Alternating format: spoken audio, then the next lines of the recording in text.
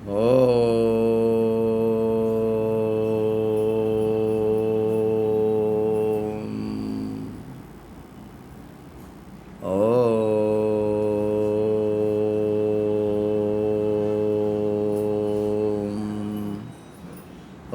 గురుర్బ్రహ్మా గురుర్విష్ణు గురుర్దేవో మహేశ్వరః గురుః సాక్షాత్ పరబ్రహ్మ తస్మై శ్రీ గురవే నమః. దత్తాత్రేయసమారంభాం రమణాచార్యమధ్యమాం సత్యానందర్షిపర్యంతాం వందే గురుపరంపరాం. శౌనాద్రినాథచరణాంబుజయుగ్మరుక్మ వ్యామోహతదితరాణి తృణాయ మేనే. అస్మద్గురోర్భగవతోస్య దయైకసింధో శ్రీ సత్యమౌని చరణౌ శరణం ప్రపద్యే. యప్రజ్ఞానమయోయమాహురభవం యేనాభిధస్తీయతే యస్మై కర్మ సమర్పయంతి మునయః యస్మాత్ పరో నాపరః. యస్యాసావసురం వరేత పతినః ప్రాణాన్ దదానో రవిః యస్మిన్ ప్రోతమిదం సమస్తభువనం కస్మై చిదస్మై నమః. స్వస్తి.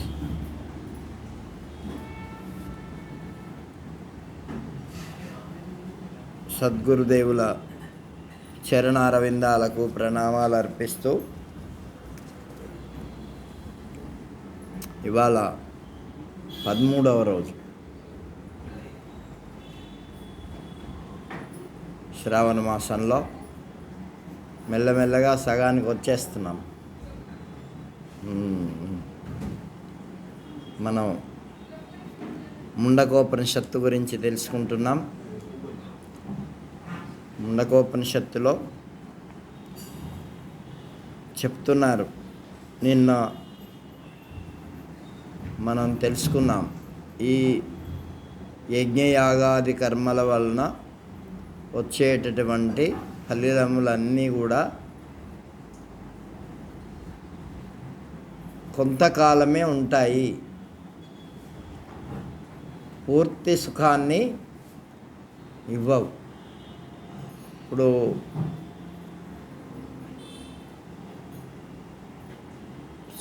చెరువులు తవ్వించారు, యజ్ఞయాగాదులు చేశారు, రోడ్లు వేయించారు, ఇవన్నీ మంచిదే, ప్రజలకు ఉపయోగపడేది. కానీ వాటిని ఎలా చేయాలి అంటే భగవదర్పణ బుద్ధితో చేయాలి. ఇది వేస్తే నాకు ఇది ఫలితం నాకే రావాలి అంటే ఆ ఫలితం ఎంతో కాలం ఉండదు. ఈ శరీరము ఉన్నంత వరకైనా ఉంటుందో లేదో తెలీదు.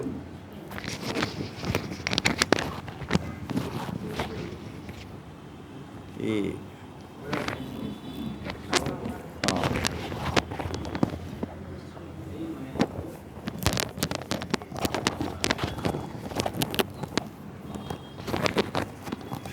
కాబట్టి చెప్తున్నారు 2వ ఖండంలో, ప్లవాహ్యేతే అదృఢా యజ్ఞరూపా అష్టాదశోక్తవరం యేషు కర్మ ఏతత్ శ్రేయో ఏభినందంతి మూఢా జరా మృత్యుం తే పునరేవాపి యంతి. ఏహ్యేతీతి తమాహుయతః సువర్చసః సూర్యస్య రశ్మిభిర్యజమానం వంతి ప్రియాం వాచమభివదంత్యోర్చయంత్య ఏషవ పుణ్యః సుకృతో బ్రహ్మలోకః.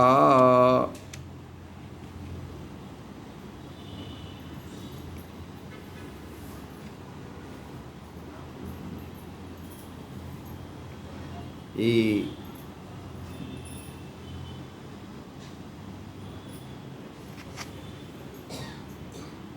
తమాహు సువర్చసః సూర్యస్య రశ్మిభిః అంటే మనకు 2 మార్గాలు ఉన్నాయి. ఒకటి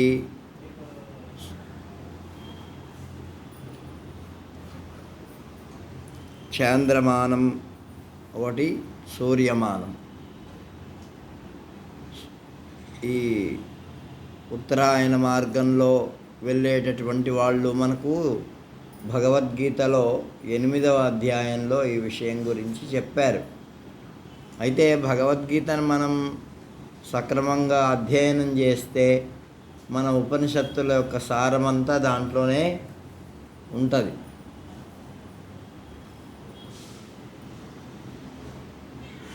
కాబట్టి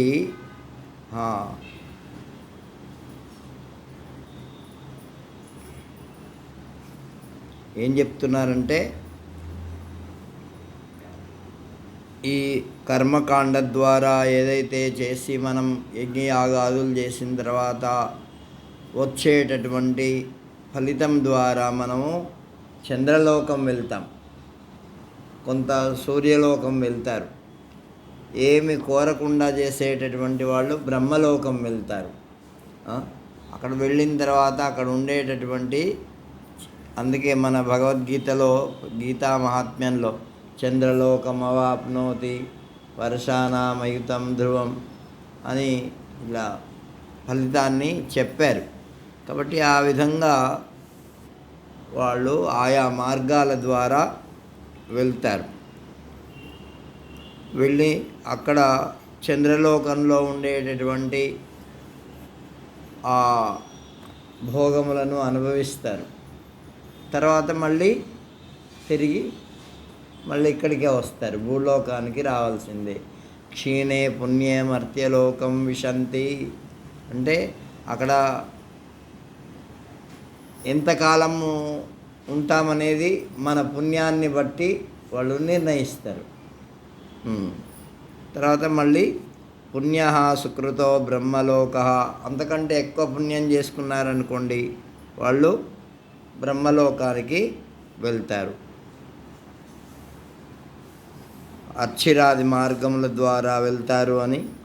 ప్లవాయి ఏతే అదృఢా యజ్ఞరూపా అష్టాదశోక్త వరం యేషు కర్మ ఏతత్ శ్రేయోభివందంతి మూఢా జరా మృత్యుం తే పునరేవాపి యంతి.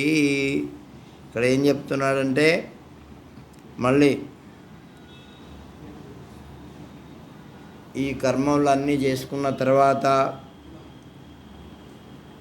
ఇవన్నీ పొందిన తర్వాత మళ్ళీ ఈ లోకానికి వచ్చి ఏం పొందుతాడు వాడు? జరా, ముసలితనం. ఇప్పుడు మనకందరికీ ముసలితనం ఉన్నదా లేదా? అందరికీ కేవలము మనుష్యులకే ఉన్నదా? అన్ని జంతువులకి ఉన్నది. ఆఖరకు సింహము, ఎలుక, ఏనుగు మొదలైనటువంటి వాటికి కూడా ముసలితనం ఉన్నది. ముసలితనం లేకుండా ఏ జీవి లేదు. ముసలితనం వచ్చిన తర్వాత మరి మన శరీరము మనకి ఎట్లా పనిచేస్తుంది మీ అందరికీ తెలుసు. మనం కూర్చోవడానికి రాదు, జపం చేయడానికి రాదు. అందుకే కూర్చుంటేనే సంభవాసీన సంభవాత్ అని చెప్పాడు. మనం సాధన చేయాలంటే కూర్చుంటేనే బాగా కుదురుతుంది జపం. ఇక కూర్చోలేక కుర్చీలో కూర్చున్నా కూడా జపం కుదరదు. శరీరము నిటారుగా పెట్టి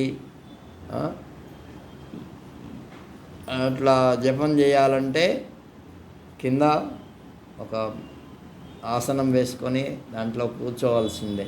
అట్లా కూర్చుంటేనే బాగా మనకు కుదురుతుంది. అందుకే వయస్సులో ఉన్నప్పుడే చేయాలి. ఎప్పుడో చేస్తామంటే శరీరము సహకరించదు. శరీరం సహకరించకపోతే మనము ఏమీ చేయలేము.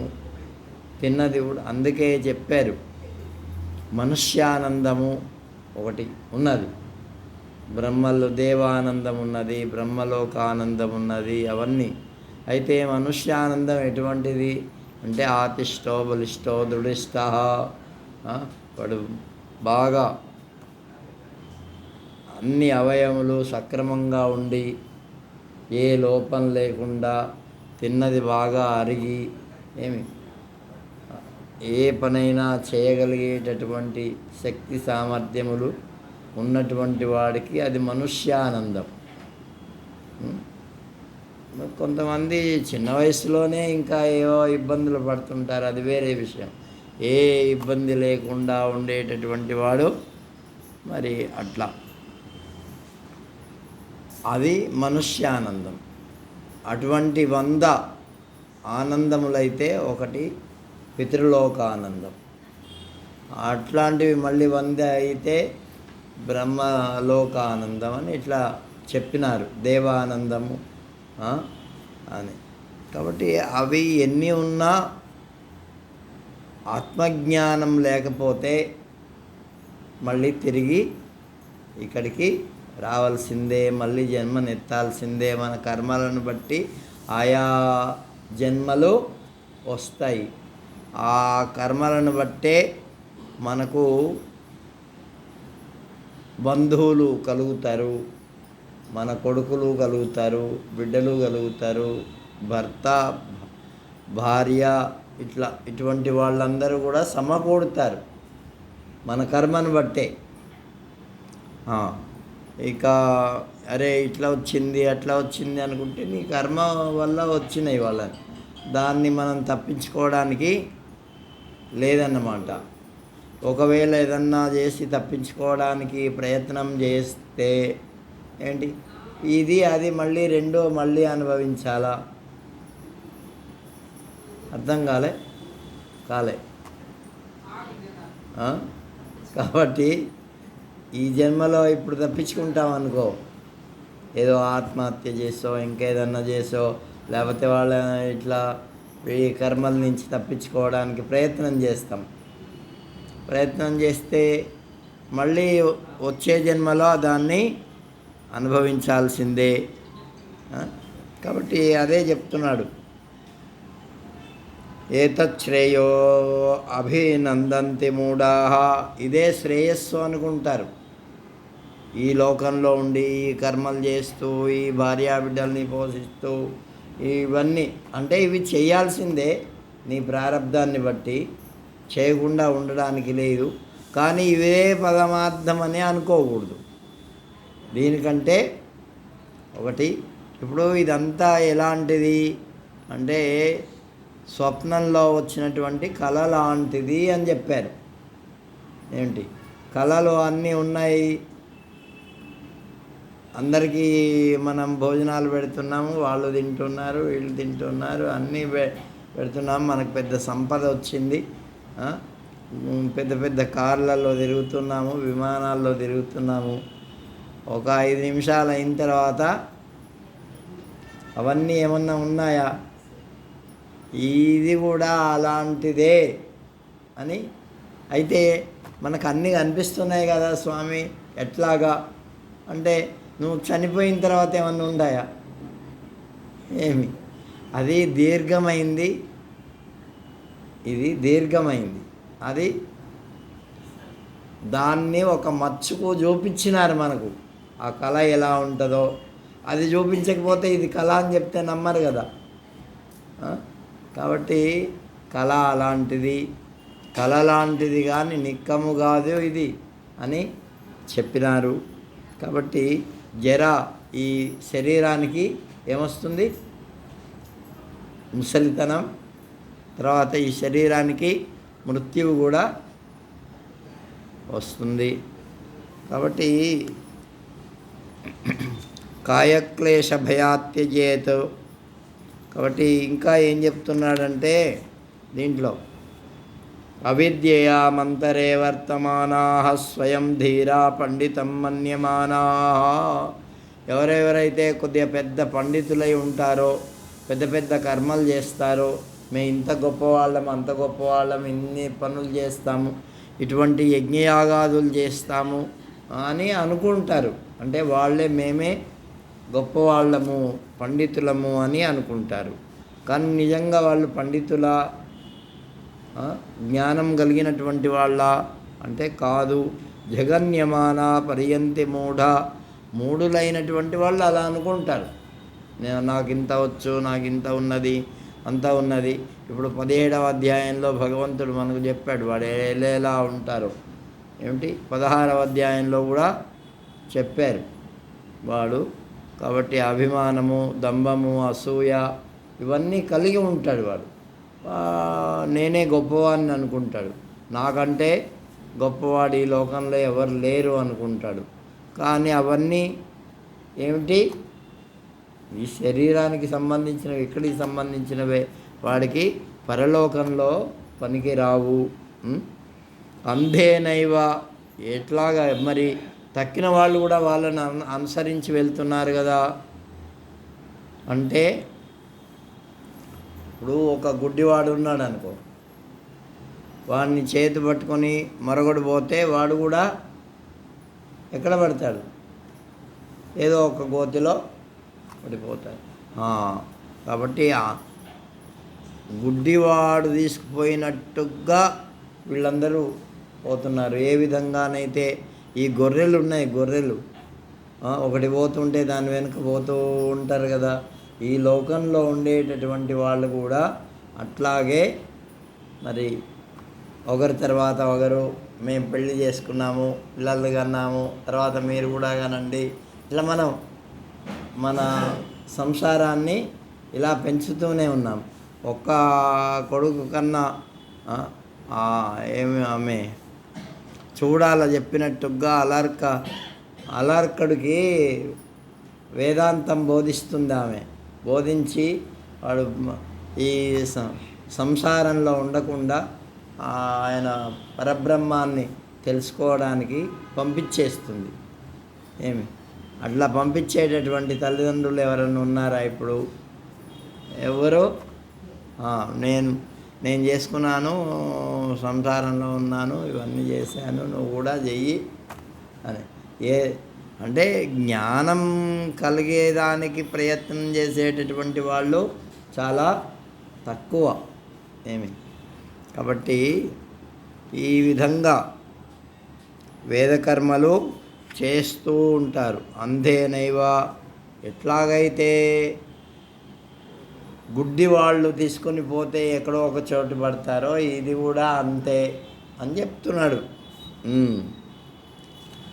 మూఢాహ, మోహం కలిగినటువంటి వాళ్ళు.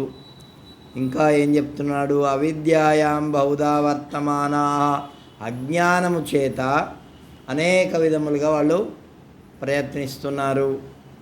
వయం కృతార్థ, అయినా కూడా మేము కృతార్థులము, ఇంత సంపాదించాము, ఇంత బాగున్నాము, ఇన్ని భోగాలు అనుభవించాము, ఇన్ని కొంతమంది 10 కార్లు ఉన్నాయి, మాకు ఎన్ని ఫ్యాక్టరీలు ఉన్నాయి, ఇన్ని అనుకుంటున్నారు కదా.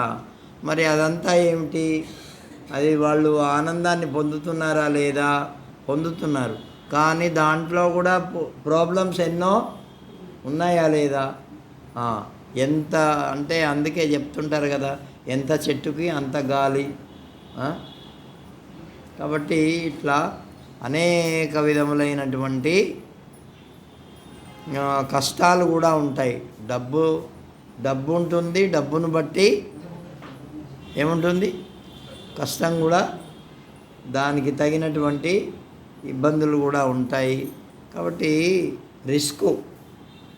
అటువంటి వాళ్ళు ఏమవుతున్నారు? యత్కర్మినో న ప్రవేదయంతి రాగాతో, దాని మీద ఉండేటటువంటి మోహం చేత వాళ్ళు వాటిని అనుభవిస్తూ ఇబ్బంది పడుతున్నారు. ఇంకా కొంతమంది ఏం చేస్తున్నారు? సాధకులు మరి మంచి భగవంతుని గురించి సాధన చేసి కర్మకాండను కూడా చేస్తూ వాళ్ళు భగవదర్పితంగా చేస్తూ వాళ్ళ యొక్క జీవితాన్ని గడుపుకుంటున్నారు. ఈ బుద్ధిలో మనకు ఏ కోరికలైతే ఉన్నాయో ఆ కోరికలను నెరవేర్చుకోవడానికే ప్రయత్నం చేస్తాం మనం కదా, ప్రతి వాళ్ళు. అయితే ఆ కోరికలు నెరవేరిన తర్వాత ఎప్పుడు మనకు అవి అట్లాగే ఉంటాయా?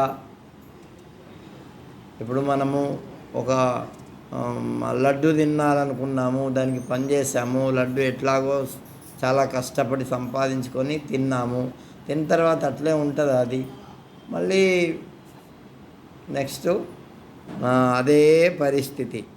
కాబట్టి కొంతమంది భక్తులు అవుతారు, శక్తివంతులు అవుతారు, పండితులు అవుతారు, కోరికలు నశింపజేసుకుంటారు. అదే చెప్పాడు, సన్యాసం కర్మణాం కృష్ణ పునర్యోగం చ సంశయి యచ్ఛ్రేయ ఏతయోరేకం తన్మే బ్రూహి సునిశ్చితమని కృష్ణ పరమాత్మను అర్జునుడు అడిగాడు. నువ్వు ఒకసారి కర్మయోగాన్ని చెప్తున్నావు, ఒకసారి జ్ఞానయోగాన్ని చెప్తున్నావు, ఈ రెండిట్లో ఏది మాకు నిత్యమైందో సత్యమైందో చెప్పు అంటే దాంట్లో ఏం చెప్పాడు, కర్మయోగం చేసే వాళ్లకు కర్మయోగము, జ్ఞానయోగాన్ని అనుష్ఠించే వాళ్ళు జ్ఞానయోగం.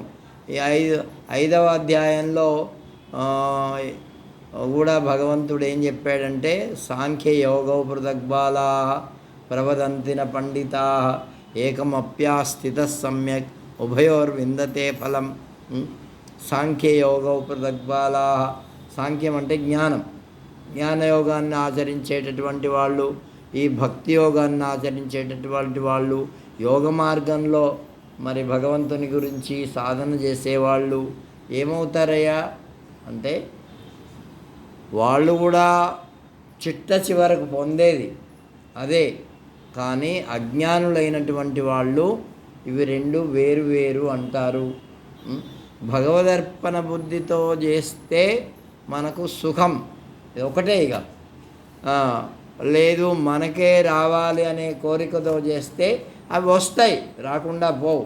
కానీ ఎంతవరకు ఉంటాయి? కొద్దిసేపు ఉంటాయి. ఇక ఏం చెప్పారంటే, విస్ఫులింగములు, ఈ సుఖం మనం ఏదైతే ఆశిస్తామో అవి ఎలాంటివి అంటే విస్ఫులింగం.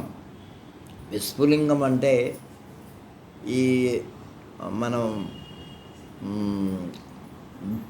పొయ్యిలోంచి అప్పుడప్పుడు మిరుగులు ఇట్లా చిటపట్లాడి బయటకు వచ్చేస్తాయి చూడు, అవి ఎంతసేపు ఉంటాయి? చాలా కొద్దిసేపు. ఇట్లా ఈ కోరికలతో చేసేటటువంటి సుఖములు కూడా అంతవరకే ఉంటాయి. ఇప్పుడు 100 ఏళ్ళు మన జీవితము, 100 ఏళ్ళు మనం ఏమన్నా కోరుకున్నది ఉంటుందా? ధనం సంపాదించింది కూడా ఎప్పుడు పోతుందో తెలీదు, ఎలా పోతుందో తెలీదు. ఎలా వచ్చినప్పుడేమో కొబ్బరి నీళ్ళు ఎలాగైతే కొబ్బరికాయలోకి వస్తాయో అలా వస్తాయంట. ఏమిటి ఇక పోయేటప్పుడు వెలగపండులోని గుజ్జు పైన మాత్రం ఆకారం ఉంటుంది, గుజ్జు మాత్రం ఎలా పోతుందో తెలీదు, అలా పోతుందట. అంటే అంత మనకు తెలియకుండానే మన యొక్క స్థితి అలా ఉంటుంది. కాబట్టి ఇలాగా వాళ్ళు మేము పండితులం అది ఇది అనుకొని మొత్తానికి ఏం చెప్తున్నాడంటే భగవంతుడు, ఇదంతా కూడా నశ్వరమైనటువంటిది. అయితే ఉన్నంత వరకు దాన్ని ఉపయోగించుకొని మనం ఆసక్తి లేకుండా, ఏమిటి దాని మీద రాగం మోహం పెట్టుకోకుండా మనవి అనుకుంటాం. నిజంగా మనవేనా అవి? ఏవి మనవి కాదు. ఇల్లు, ధనము, సంపద, ధనం ఇవన్నీ కూడా మనవి అనుకుంటాం, కానీ మనవి ఏమీ కాదు. ఎప్పుడు పోతాయో తెలియదు మన దగ్గర నుంచి. ఇప్పుడు ధనం కూడా ఎంతో కోట్లు కోట్లు పెట్టుకొని ఉండేటటువంటి వాళ్ళు గవర్నమెంట్కు దొరికింది అనుకోండి, ఏం చేస్తాడు వాడు? నీకు ఉంచుతాడా? వాడు తీసిపోతాడు, పైనుంచి కేసు కూడా వేస్తాడు, మళ్ళీ తిరగాల దానికోసం. ఇట్లా చెప్తున్నారు. సూర్యద్వారం అంటే చంద్రమార్గము, సూర్యమార్గము అని 2 ఉన్నాయి. ఉత్తరాయణము, దక్షిణాయనం అని 2 ఉన్నాయి. ఆ దక్షిణాయనంలో వెళ్ళేటటువంటి వాళ్ళు తిరిగి మళ్ళీ వస్తారు. మరి ఉత్తరాయణ మార్గంలో వెళ్ళేటటువంటి వాళ్ళు తిరిగి మళ్ళీ రారు.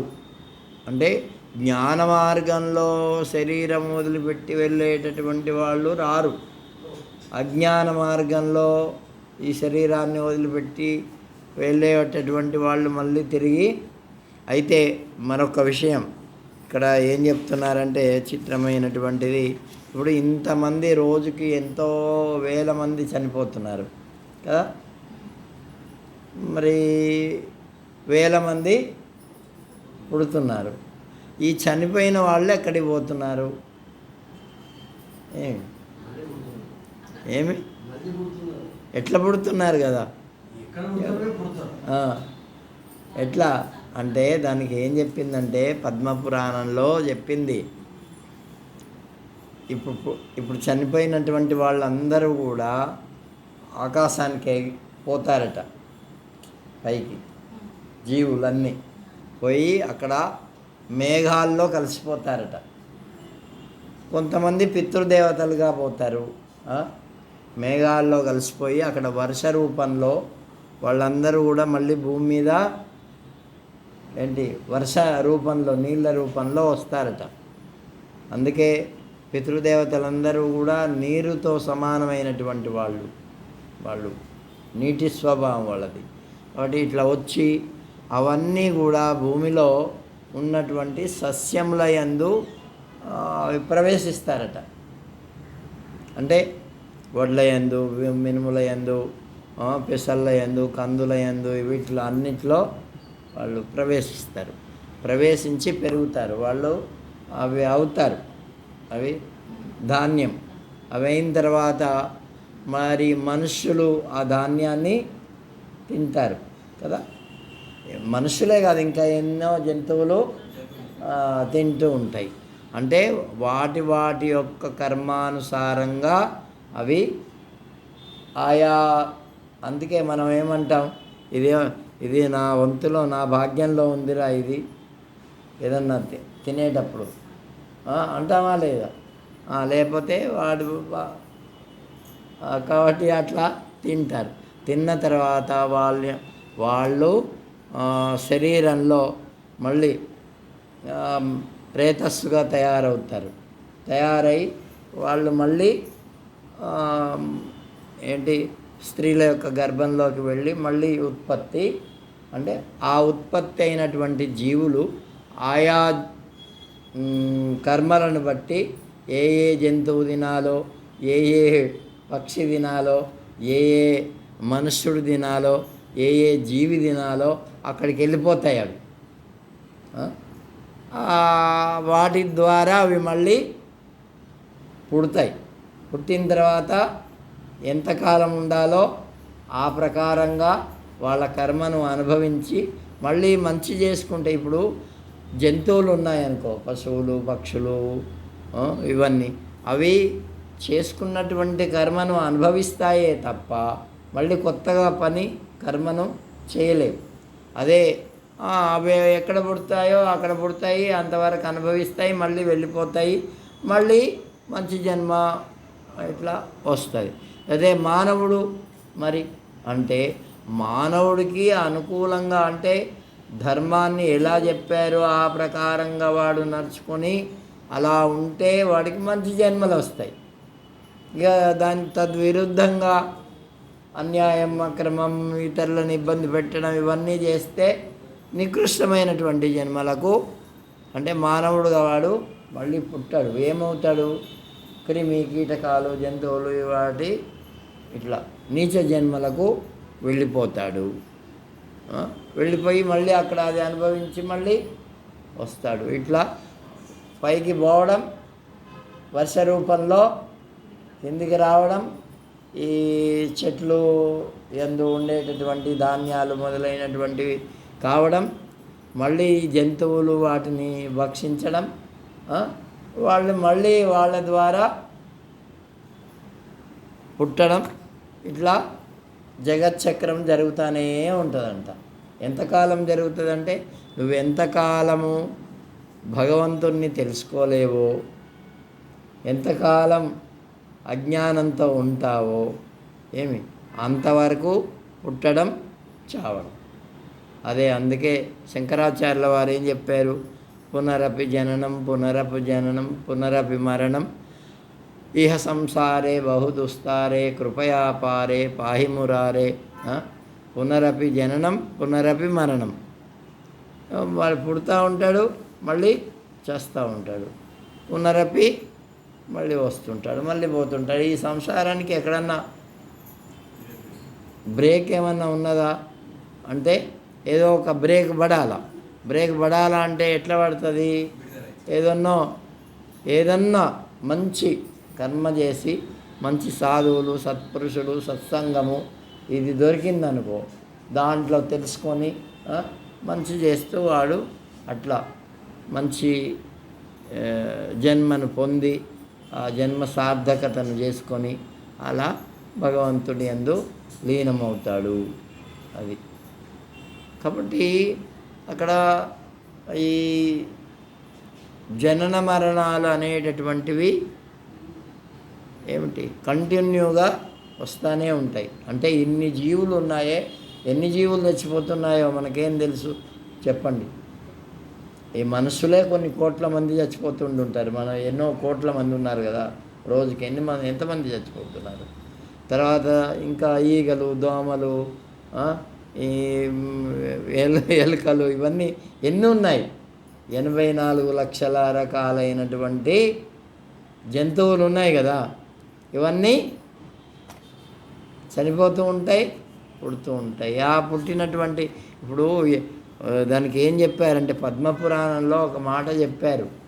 అవన్నీ మనం చదివితే ఒక్కొక్కసారి ఒళ్ళు జల్దరిస్తూ ఉంటుంది. ఇవన్నీ నిజమా? ఇప్పుడు ఈ దొంగగా ఉండేటటువంటి వాడు ఎలుకగా పుడతాడట. ఏమిటి? ఎందుకంటే అంతే కదా, ఎలుక దొంగతనం చేస్తే తింటుంది కదా. మరి కుక్కగా పుట్టేటటువంటి వాడు ఏమర్చి ఇతరుల ఇళ్ళల్లో ఏమర్చి తింటుంది అది కదా. అట్లా కుక్కగా పుడతాడట. ఎట్లా ప్రతి ఒక్కరూ ఏమేం చేస్తే ఏమై పుడతారు అనేటటువంటిది అంతా కూడా రాసి ఉంది. ఈ ఒకరి మాటలు ఇక్కడివి అక్కడ అక్కడివి ఇక్కడ చెప్తారు చూడు, అటువంటి వాళ్ళు నక్కగా పుడతారట. చాలా కాబట్టి ఇట్లా అన్నీ ఉన్నాయి పద్మపురాణంలో, ఇవన్నీ చెప్పబడి ఉన్నాయి ఎవరెవరు ఏవై పుడతారనేటటువంటిది. అందుకే ఇవన్నీ చదివితే కొద్దిగానన్నా భయమేసి వాడు అటువంటివి చెయ్యకుండా ఉంటాడు కదా. లేకపోతే వాడికి అంటే ఇవి పుడతారనేటటువంటి ఇదే జ్ఞానం కూడా లేదు కదా అయ్యా. కాబట్టి పుడతారనేటటువంటి జ్ఞానం కూడా లేదు.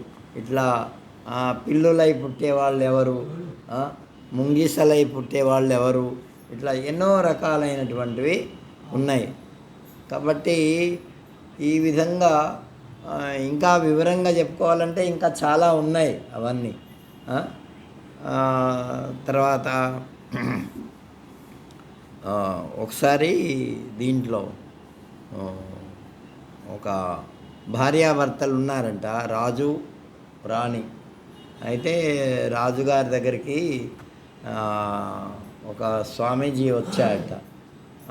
స్వామీజీ వచ్చి ఇట్లా చెప్తే, మరి మా భార్య పూర్వజన్మలో ఏమిటి అని వాడికి జిజ్ఞాస కలిగింది. జిజ్ఞాస కలిగితే అరే ఇక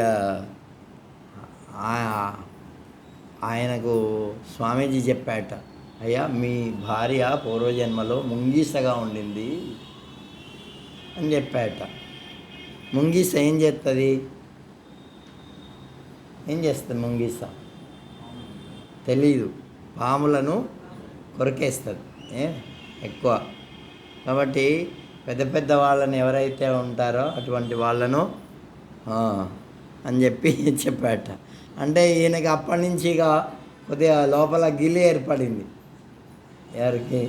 ఈ రాజుగారికి. ఇక ఆయన ఒకసారి వాళ్ళ శ్రీమతి గారి దగ్గరికి వెళ్ళి, ఇట్లాగే ఏదో సందర్భంలో వస్తే మీ మీ ఆయన కుక్కగా ఉండేవాడు పూర్వము, ఇప్పుడు రాజు అయినాడు అని చెప్పిందట. అంటే ఇట్లా కొన్ని, అంటే అందుకే మన యొక్క జన్మలు మనకు జ్ఞాపకం లేకుండా భగవంతుడు చేస్తాడు. లేకపోతే అవన్నీ జ్ఞాపకం పెట్టుకున్నాం అనుకో, ఇంకా ఏమైనా ఉన్నదా మన జీవితం? అన్నీ ఇబ్బంది. అందుకే దాంట్లో అపోహనంచ భగవంతుడు ఏం చెప్పాడు? స్మృతిర్జ్ఞానం అపోహనంచ 15వ అధ్యాయంలో చెప్పాడు కదా నాయన. నేను అందరికీ మర్చిపోయేటట్టు కూడా చేస్తానయ్యా. జ్ఞాపక శక్తి ఉంటుంది, కొన్ని మర్చిపోయే. ఇప్పుడు ఎట్లా తాజాగా అట్లాగే ఉన్నాయనుకో మనం బతకలేం. ఇప్పుడు ఎవరన్నా కొట్టారు మనల్ని, ఆ కొట్టినప్పుడు ఎంత బాధ, అది ఎప్పుడు అలాగే ఉంటే మనం బతకగలమా? ఎవరన్నా తిట్టారు, చాలా బాధ కలిగింది, అది ఎప్పుడు అట్లాగే అది మర్చిపోతాం కదా కొద్ది రోజులకి. ఎవరన్నా మోసం చేశారు, అట్లాగే మన డబ్బు కూడా లాక్కున్నారు, అటువంటివి కొన్ని రోజులు అయ్యేసరికి ఏమవుతాయి? మర్చిపోతాం, అంతా ఉండదు. లేదు, మనకు అత్యంత ఆప్తులైనటువంటి వాళ్ళే శరీరం వదిలిపెట్టారనుకో, అప్పుడు ఎంత బాధ ఉంటుంది? చాలా బాధ ఉంటుంది. ఇక అది కొన్ని రోజులు గడుస్తూ ఉంటే ఏమవుతుంది? మర్చిపోతాం. అట్లా లేకపోతే అది ఇప్పుడు కూడా అట్లాగే ఉంటే అసలు బతకలేం. కాబట్టి భగవంతుడు ఏం చేశాడు? మత్త స్మృతిర్జ్ఞానమపోహనంచ వేదైశ్చ సర్వైరహమేవ వేద్యో వేదాంత కృద్వేద విదేవ చాహం అని భగవంతుడు భగవద్గీతలో చెప్పాడు. అంటే మర్చిపోయేది నేనే చేస్తా, జ్ఞాపకం ఉండేది నేనే చేస్తా. కాబట్టి మన జీవితాలన్నీ కూడా అట్లా మర్చిపోకపోతే మనం సరిగ్గా బతకలేము. కాబట్టి ఇక్కడ చెప్తున్నాడు. మరి ఇవన్నీ తెలుసుకోవాలంటే ఏం కావాలి? గురువు కావాలి. గురువు దగ్గరికి వెళ్ళాలి. మొట్టమొదట కూడా మనం అనుకున్నాం, ఇదే చెప్తున్నాడు. సమిత్పాని స్తోత్రియం బ్రహ్మనిష్టం, స్తోత్రియుడైనటువంటి బ్రహ్మనిష్ఠుని దగ్గరికి వెళ్ళాలి. నిర్వేదమాదాయ అంటే ఇవన్నీ చూసి దీంట్లోంచి విరక్తి అంటే ఇవి ఎప్పుడు ఇట్లాగే జరుగుతున్నాయి, ఇంతకంటే మంచిది ఏదైనా ఉంటే చూద్దాం. ఇప్పుడు కుక్కర్ ఒకటి మాటికి పాడైపోయింది అనుకో, ఇది కాదు ఇంకేదన్నా మంచి కుక్కర్ కొనుక్కుంటామని అనిపించదా? అట్లాగే ఇప్పుడు ఇవన్నీ జరుగుతున్నాయి మన జీవితంలో, కష్టాలు నష్టాలు ఇంకేవో, ఇవి ఎప్పుడు ఇవే వస్తున్నాయి. దీనికంటే మంచి బెటర్ లైఫ్ కావాలా అంటే అప్పుడు వాడు దాన్ని తెలిసినటువంటి వాళ్ళ దగ్గరికి వెళ్ళాలా. అందుకే పరీక్ష లోకాన్ కర్మచితాన్, కర్మలు చేసినటువంటి వాళ్ళను పరీక్షించి వాళ్ళను తెలుసుకొని ఏం చేయాలా? బ్రాహ్మణో నిర్వేదమాదాయ అంటే ఈ కర్మల నుంచి వాడు విరక్తిని పొంది ఇంకా ఎప్పుడు ఈ సంసారంలోనే ఉంటామా అని అట్లా అనుకొని వాడు దానికంటే మంచి జీవితం కోసం ప్రయత్నం చేస్తాడు. నిర్వేదమాదాయ, నిర్వేదం అంటే దేని మీద కూడా రాగం లేకుండా, అభిమానం లేకుండా, వాటి మీద మోహం లేకుండా తయారై, ఇప్పుడు అట్లా మాయాన్నాస్త్య కృతేనా, మాయతో చేయబడినటువంటి ఇదంతా కూడా దాటాలని అనుకొని తద్విజ్ఞానార్థం దాన్ని తెలుసుకోవడం కోసం వాడు ఏం చేస్తాడు? సగురుమేవాభిగచ్చేతు, అప్పుడు గురువును ఆశ్రయిస్తాడట. అంటే ఇవన్నీ కష్టాలన్నీ పడ్డ తర్వాత చాలామంది దీంట్లోంచి ఎట్లాగైనా సరే తప్పించుకోవాలా, మనం బయటపడాలా అనుకుంటారు కదా. మరి ఎంతమంది ప్రయత్నం చేస్తున్నారు అంటే కొద్దిమందే ప్రయత్నం చేస్తున్నారు. అట్లా అయినా కూడా అట్లనే దాంట్లోనే ఇదే బాగుందిలే అని చెప్పి ఉండేవాళ్ళు ఉన్నారు కదా. దానికి ఏం చెప్తారంటే, ఇప్పుడు పంది ఉన్నదనుకో, పంది దానికి ఏది బాగా అనిపిస్తుంది? బురదనే బాగా అనిపిస్తుంది, దాంట్లోనే ఆడుకుంటే దాంట్లోనే జీవితం దాంట్లో అయిపోతుంది. అట్లా అటువంటి వాళ్ళు కొంతమంది ఉంటారు. అరే ఇది కాదు, దీనికంటే మంచి లైఫ్ కావాలా అని కొంతమంది అనుకుంటారు. అటువంటి వాళ్ళు గురువు దగ్గరికి వెళ్తారు. ఏమి వాళ్ళకు పుణ్యం ఉంటుంది. ఆ పుణ్యం యొక్క ఆయన దగ్గరికి వెళ్ళిన తర్వాత స్తోత్రియం బ్రహ్మనిష్టం, ఆ బ్రహ్మనిష్ఠుడైనటువంటి ఆ గురువును ఆశ్రయించి నాకు విద్యను బోధించవయ్యా, మరి ఎట్లా ఈ జన్మ కర్మ పరంపరల నుంచి నేను బయటపడతాను అని చెప్తే అప్పుడు ఏదో గురువు గారు ఏదో మంత్రం ఇస్తారు. ఆ మంత్రాన్ని జపం చేస్తూ మన యొక్క మనస్సును ఈ భౌతికమైనటువంటి విషయాల మీద ఉండకుండా ఏం చేయాలా, భగవంతుని మీద ఉంచేటట్టుగా ప్రయత్నం చేయాలా. అట్లా ప్రయత్నం చేస్తే మరి వెంటనే వస్తుందా అంటే అది ఎంతో కాలం ప్రయత్నం చేయాలా. మనం ఇప్పుడు చూడండి, పశువులు ఉంటాయి, ఒకరింట్లో ఉన్నాయి చాలా కాలం ఉన్న తర్వాత అవి వేరేవాడు ఆ పశువుని కొనుక్కుంటే వాళ్ళు ఎక్కడికైతే ఇంతకుముందు పోయేవో మేసి వచ్చి ఎవరింటికి పోతాయో ఇంతకుముందు వాళ్ళ ఇంటికే పోతాయి, అవి అక్కడ అలవాటు పడతాయి కదా. కొన్ని రోజులు మనం ఉండి ఏం చేయాలా, అక్కడికి పోకుండా మనము మన ఇంటికి తెచ్చుకోవాలా. అంటే ఎక్కడైతే ఊళ్ళో ప్రవేశిస్తున్నాయో అది అక్కడి నుంచే తెచ్చుకుంటే మన ఇంటికి తీసుకొని పోతే కొన్ని రోజులకు మళ్ళీ ఏమవుతుంది, అది ఇట్లా అలవాటు అవుతుంది. అట్లాగే ఈ మనస్సు ఎన్నో జన్మల నుంచి కర్మ చేయడం, మళ్ళీ అనుభవించడం, మళ్ళీ జన్మించడం, మళ్ళీ పుట్టడం, మళ్ళీ ఇటువంటి పరంపరలో ఉన్నది. మరి దాన్ని ఏం చేయాలా అంటే దానికి అట్లా కాకుండా ఒక సాధన చేస్తూ ఈ జన్మ పరంపరల నుంచి విడిపడడానికి మనం ప్రయత్నం చేయాలి. అదే భగవంతుని యొక్క నామం అనుకో, సాధన అనుకో, అది చేస్తూ ఉంటే కొంతకాలానికి ఇటు అలవాటు అవుతుంది. అలవాటయ్యి దాంట్లో నిష్ణాత అంటే ఒక కుశలత్వం, దాంట్లో నైపుణ్యం వాడికి వస్తుంది. వచ్చిన తర్వాత వాడు మనస్సు ఆ విషయాల మీదకి పోకుండా దీని మీద స్థిరంగా ఉంటుంది. ఎప్పుడవుతుంది అంటే ఇప్పుడు చూడండి, ప్రహ్లాదుడికి అటు బొమ్మన్నా పోదంట. ఏమి దానికి చెప్పాడు, మందార మకరంద మాధుర్యమునదేలు మధుపంబు పోవునే మొదలు అంటే ఈ 9 ఉన్నదనుకో, ఏంటి మందార పుష్పంలో ఉండేటటువంటి ఆ మకరందాన్ని తాగుతుంది, కానీ ఇంకా వేరే ఎక్కడన్నా ఉండేటటువంటి వాటి మీదకి పోతుందా? మరి కోయిల ఉన్నదనుకో, అది కోయిల మంచి మామిడి చిగుళ్ళని తింటుంది, అది ఏంటి ఏదంటే అది తినదు. అట్లా తినేది ఈ ముళ్ళ కంపలు తినడానికి పోతుందా? అట్లా మనము కూడా ఎప్పటి నుంచో అది అలవాటైనటువంటిది ప్రయత్నం చేస్తూ ఉంటే కొంతకాలానికి ఇది అలవాటు అయిపోతుంది. అది అనుకోకుండానే మన చేతిలోకి ఒక ఆయన అడిగా, ఆయన 2-3 రకాలైనటువంటి కార్లు తోలుతాడు. ఒక ఆశ్రమంలో ఉన్నాయి అటువంటివి. ఒకటి పెద్ద వ్యాన్ ఉంది, ఒకటి చిన్న కారు ఉంది, ఒకటి ట్రాక్టర్ ఉంది, ఒకటి ఇంకేదో ఉంది. అన్నిటిని తోలుతాడు. నేను అడిగా ఆయన్ను, ఇవన్నీ తోలుతున్నావు కదా, నీకు ఎట్లా అంటే అన్నిటికీ ఒకటే స్వామి, కానీ ఏ బండి తోలేటప్పుడు ఎంత స్థలము ఉన్నది, ఎంత పొడుగు ఉన్నది, ఎంత ఉన్నది, ఇది ఒకటి మా మైండ్లో కూర్చుండిపోతుంది స్వామి, దాని ప్రకారంగా వాటిని డ్రైవింగ్ చేస్తామన్నాడు.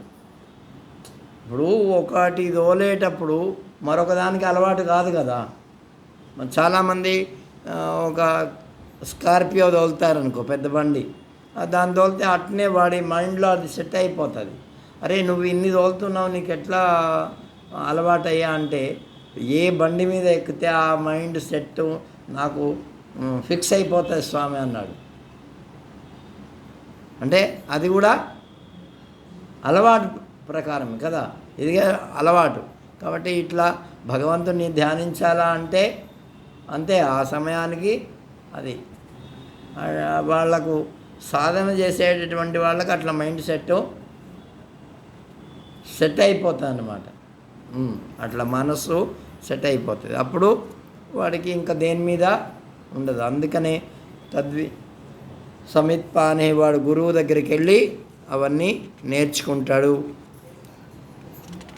కాబట్టి యజ్ఞయాగాది కర్మలను నిష్పాక్షికంగా ఎవరైతే చేస్తారో అటువంటి వాళ్లకు, అందుకే చెప్తున్నాడు ఇక్కడ ఆ భగవంతుని యొక్క, ఎట్లాగైతే పశువు ఏంటి మనం తోలుకొని వేరే చోటికి తీసుకొని వెళ్తామో, ఇప్పుడు భౌతికమైనటువంటి విషయములందు ఉండేటటువంటి మనస్సుని ఏం చేయాలి, మనం భగవంతుని మీదకి తీసుకొని వెళ్ళాలి. ఇది మన సాధన. అది ఎట్లా సులభంగా ఉంటుంది అంటే, కొందరు యోగంలో కూర్చొని చేస్తారు, కొందరు హఠయోగం చేస్తారు, కొందరు ప్రాణాయామం చేస్తారు, కొందరు మరొక రకంగా చేస్తారు, కొందరు ఇట్లా. వాటిల్లో అన్నిట్లో సులభమైంది ఏమిటంటే భగవన్నామం.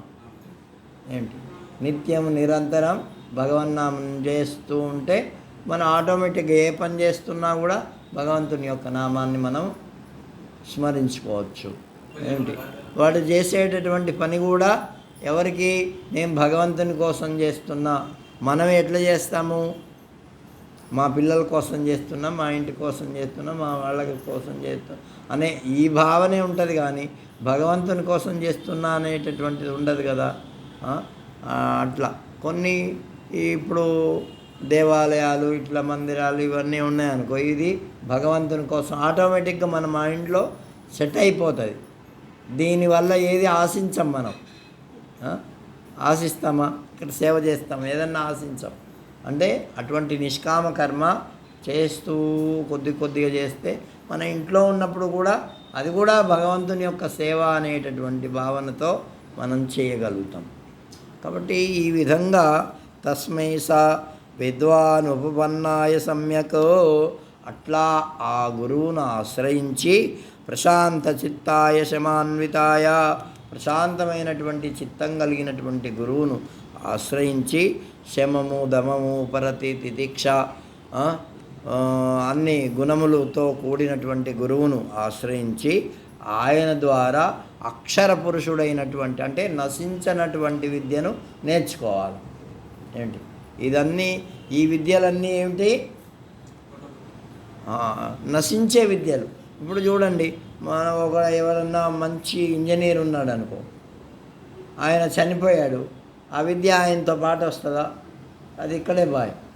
మంచి సీఏ ఉన్నాడు అనుకో, ఆయన కూడా అకస్మాత్తుగా ఏదో చనిపోయాడు అనుకో, అది ఆ విద్య వస్తుందా, ఇది రాదు, ఇది ఇక్కడే ఉండిపోతుంది. మరి భగవంతుని యొక్క నామం అనేటటువంటి విద్య మనతో పాటు వస్తుంది. ఎందుకంటే అది శ్రీమతాం శుచీనాం శ్రీమతాం గేహే యోగభ్రష్టో విజాయతే అథవా యోగినామేవా కులే భవతి ధీమతాం అని 6వ అధ్యాయంలో భగవంతుడు చెప్పాడు. అయ్యా, ఇట్లా మేఘాలు, గాలి చేత కొట్టబడినటువంటి మేఘాలు చిందరవందర పోతాయి కదా, మరి ఈ సాధన చేసుకునేటటువంటి ఈ సాధకుడి యొక్క జీవితం కూడా అంతేనా, ఏ ఆధారం లేకుండా పోతుందా అంటే, అయ్యా అట్లా పోదు, వాడు ఎంత చేసుకుంటే అంత తప్పకుండా. కాబట్టి ఏం చెప్పాడు అక్కడ, వాడు మంచి ఒకవేళ చేస్తూ సాధన చేస్తూ శరీరం వదిలిపెట్టాడు అనుకో, వాడికి ప్రారబ్ధ కర్మ అంతవరకే ఉంది కాబట్టి వదిలిపెట్టాడు. వదిలిపెట్టగానే అది మంచి యోగీశ్వరుల ఇండ్లల్లో వాడు పుడతాడు. అక్కడ ఆ యోగీశ్వరుల ఇండ్లలో పుట్టిన తర్వాత వాడు సహజంగా ఆ యోగాన్ని ఆశ్రయించి మళ్ళీ ముందుకి వెళ్ళడానికి అవకాశం ఉంటుంది. లేదు వాడికి ఇంకా కొద్దిగా తక్కువ ఉంది అంటే శుచీనాం శ్రీమతాం గేహే, మంచి శ్రీమంతుల ఇండ్లలో పుడతాడు. ధనం సంపద వాడు పుట్టగానే, ఇప్పుడు కార్లలో తిరిగే వాళ్ళు చాలామంది ఉన్నారు కదా, ఎందుకు తిరుగుతున్నారు వాళ్ళు అంటే వాళ్ళకి పూర్వజన్మలో సుకృతము ఉన్నది కాబట్టి పుట్టగానే వాళ్ళు చిన్నప్పటి నుంచి ఇక కాలు కిందికి పెట్టకుండా ఉండేటటువంటి వాళ్ళు ఇప్పుడు ఉన్నారా లేదా, ఎంతోమంది ఉన్నారు. ఆ మనుషులే కాదు, కుక్కలు కూడా ఉన్నాయి. వాటికి కూడా ఎంతో ఉంటుంది. లేకపోతే అది అక్కడ ఎందుకు తిరుగుతుంది అది? ఆ మనుషులే దానికి సేవ చేస్తారు. దానికి స్నానం చేయించడం, ఇది చేయడం, మందులు వేయడం, పడుకోబెట్టడం, దానికి కూడా పరుపులు బెరుపులు అన్నీ వేసి పెడతారట. మనం అందుకే ఏం చెప్పారంటే శాస్త్రంలో కుక్కలను పెంచుకోకూడదు అని చెప్పింది. అది దేంట్లో అంటే దాంట్లో మూతి పెడుతుంది, దేంట్లో అంటే అది దాని శరీరమే అశుద్ధం. అట్లేం కాదు, ఇంకా ఉన్నాయి. కాకపోతే అది ఇప్పుడు శుచిగా ఉంటుందా? అది ఉండదు కదా. కాబట్టి జంతువులన్నీ అట్లా.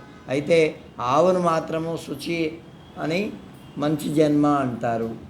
కాబట్టి ఆవు ఎందుకు మంచి జన్మ అంటే, మనం యజ్ఞయాగాదులు చేస్తే ఆవులు కావాలా, ఆవు పేడ కావాలి, ఆవు పంచితం కావాలి, ఆవు నెయ్యి కావాలి, ఆవు పాలు కావాలి, ఆవు పెరుగు కావాలి కదా.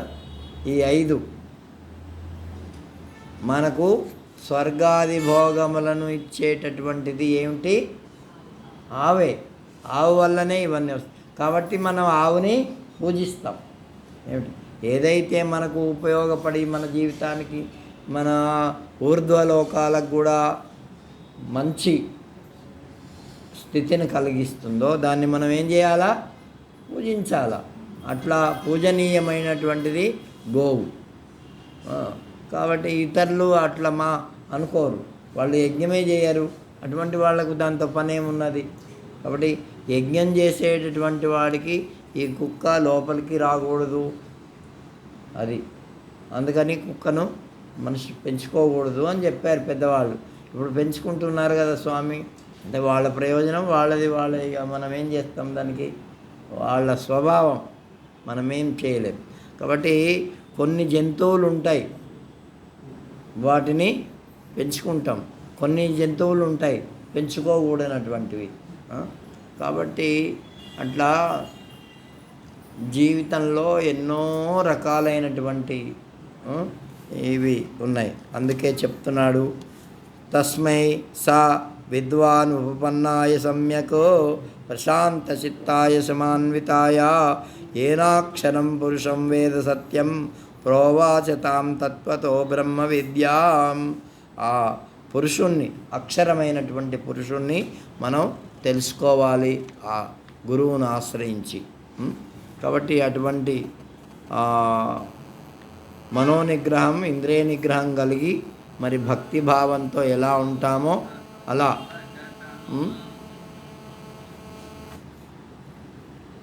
ఎవరైతే ఆ గురువును ఆశ్రయించి తెలుసుకుంటారో వాళ్ళకి కొంతకాలానికి, అంటే సాధన చేస్తూ ఉంటే అది వస్తుంది, ఒకేసారి ఎవ్వరికి రాదు. అదే ఇక శాస్త్రం అందుకే చెప్పాడు కదా భగవద్గీతలో, అటువంటిది కలగాలంటే కొంతమందికి తొందరగా కలుగుతుంది, కొంతమందికి 1000 జన్మలు కావాల్సి వస్తాయి. ఎవరికి ఎటువంటి శ్రద్ధ ఉన్నదో అటువంటి వాళ్లకు కొంతమంది తొందరగా నేర్చుకుంటారు, కొంతమందికి ఇప్పుడు కొంతమంది డబ్బులు బ్రహ్మాండంగా సంపాదిస్తారు, లక్షలు. కొంతమంది ఎంత కష్టపడినా దాంట్లో 1% కూడా రావు, 10 రూపాయలు కూడా రావు. వాడి జీవితం ఏంటి? వాళ్ళ ప్రారంధం అంతే, మనం ఏం చేయలేం. వాడి బుద్ధిని బట్టి ఉంటుంది. అందుకే తదేతత్ సత్యం యథా సుదీప్తాత్ పావకాత్ విస్ఫులింగా సహస్రశః ప్రభవంతే స్వరూపా. ఇక్కడ వచ్చింది విస్ఫులింగములు, ఇందాక చెప్పాను కదా మీకు. కాబట్టి విస్ఫులింగములు అలా ఉంటాయి. కాబట్టి ఈ ప్రజాయంతే తత్ర చైవాపి యంతి, ఈ వీళ్ళందరూ కూడా ఈ జీవులు ఎక్కడెక్కడ వాళ్ళ కర్మను అనుసరించి వాళ్ళు పుడతారు, ఆ కర్మను అనుసరించే వాళ్ళకు ఫలితాలు వస్తాయి, ఆ కర్మను అనుసరించే వాళ్ళ జీవితాలు గడుపుతారు. కాబట్టి ఈ విధంగా మనకు కర్మ ఏదైతే ఉన్నదో మనం అందరం కర్మజీవులమే కదా, కర్మం చేసుకొని పుట్టినాం. దానికి అనుగుణంగా మన యొక్క జీవితాలు నడుస్తున్నాయి. అయితే ఇప్పుడు మంచి కర్మం చేసుకుంటే మనకు వచ్చే జన్మలో మంచి జరగవచ్చు. ఇప్పుడు కుక్క జన్మ ఉన్నదనుకో, కుక్క ఏమైనా మార్చుకోగలదా? పూర్వం ఎట్లా ఉండిందో దాన్ని అనుభవించడానికి వచ్చింది.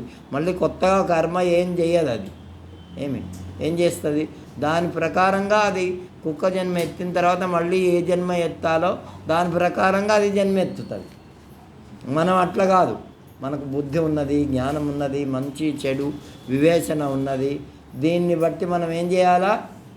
చెడు కర్మలను వదిలిపెట్టేసేసి మంచి కర్మలను చేయాలి. ఆ మంచి కర్మలు ఏమిటి అంటే యజ్ఞయాగాదులు, భగవంతు అర్పణ బుద్ధితో చేయడం, దాన ధర్మాదులు, తపస్సు, ఇవన్నీ చేస్తే, తపస్సు అంటే ఎక్కడికో పోయి చేయడం అది వేరే.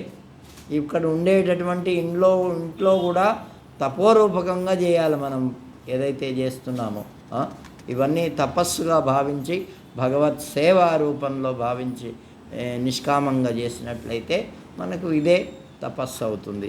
కాబట్టి ఈ విధంగా మనకు ఈ ముండకోపనిషత్తు ఈ కర్మకాండను గురించి చెప్తూ ఉన్నది. తర్వాత మన యొక్క జన్మల గురించి కూడా చెప్తూ ఉన్నది. అక్షర పురుషుణ్ణి మనం పొందాలి. క్షరపురుషుణ్ణి కాకుండా, అక్షరం అంటే పరబ్రహ్మతత్వాన్ని మనం ఎప్పుడైతే పొందగలుగుతామో అప్పుడు మళ్ళీ ఈ జన్మ పరంపర లేకుండా పోతుంది. కాబట్టి మనకు సమయం అయింది, తక్కువైంది. రేపు తెలుసుకుందాం. ఓం శ్రీరామ జయ రామ జయ జయ రామ.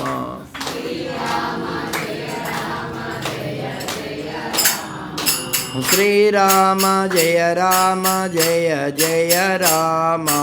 శ్రీరామ జయ రామ జయ జయ రామ. శ్రీరామ జయ రామ జయ జయ రామ.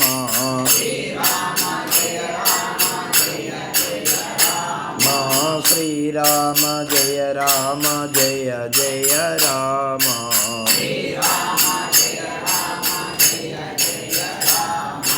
శ్రీరామ జయ రామ జయ జయ రామ.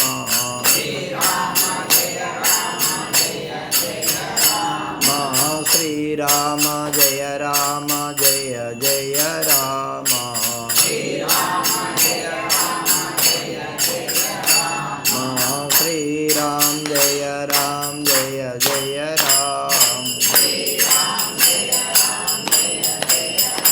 ఓం శ్రీరామ జయ రామ జయ జయ రామ. ఓం శ్రీరామ జయ రామ జయ జయ రామ. ఓం శ్రీరామ జయ రామ జయ జయ రామ. శ్రీరామ జయ రామ జయ జయ రామ. శ్రీరామ జయ రామ జయ జయ రామ. जय राजा रामचंद्र भगवान की, सीता माई की, पवन सुत हनुमान की, गोपाल कृष्ण भगवान की, सद्गुरु सत्य भगवान की। ओम।